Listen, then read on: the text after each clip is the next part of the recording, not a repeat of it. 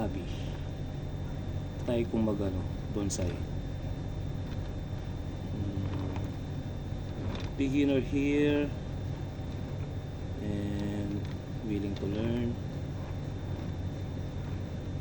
Ito ang aking material, Ficus reliosa. Makikita lang sa daan. Nakita ko lang ito sa daan. Tinukay ko. Then propagation. Ngayon malakas na siya. So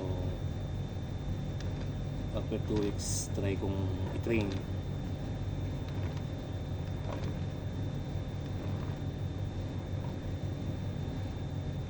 Pag-aaralan ko muna kung anong maganda dito. Yung mga master natin dyan, yung mga master sa bonsai world, tip naman po dyan mga idol.